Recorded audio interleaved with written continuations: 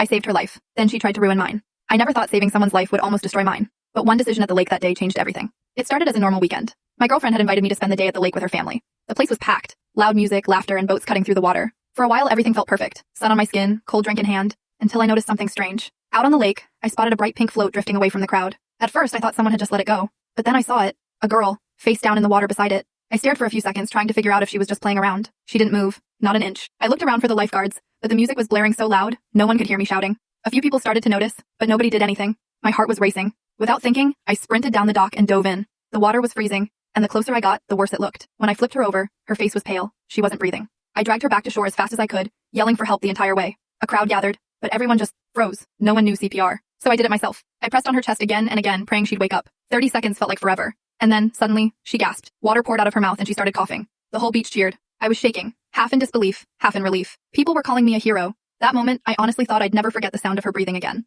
A month later, I got a letter in the mail. At first I thought it was a thank you card, but when I opened it, my stomach dropped. She was suing me for touching her without consent. I actually laughed at first. I thought it was a prank, but it wasn't. I had to hire a lawyer. Even he couldn't believe it. When the case went to court, the judge looked stunned. He asked her if she was seriously suing the man who saved her life. She said yes, that she was traumatized knowing a stranger's lips had touched hers. The courtroom went silent. Then the judge asked, "Would you rather he let you drown instead?" She didn't answer. And just like that, the case was thrown out. I walked out of that courtroom realizing something. Sometimes, even doing the right thing comes with consequences. But if I had to do it all over again, I'd still jump in that water. If you liked this story, subscribe for more crazy real-life moments like this.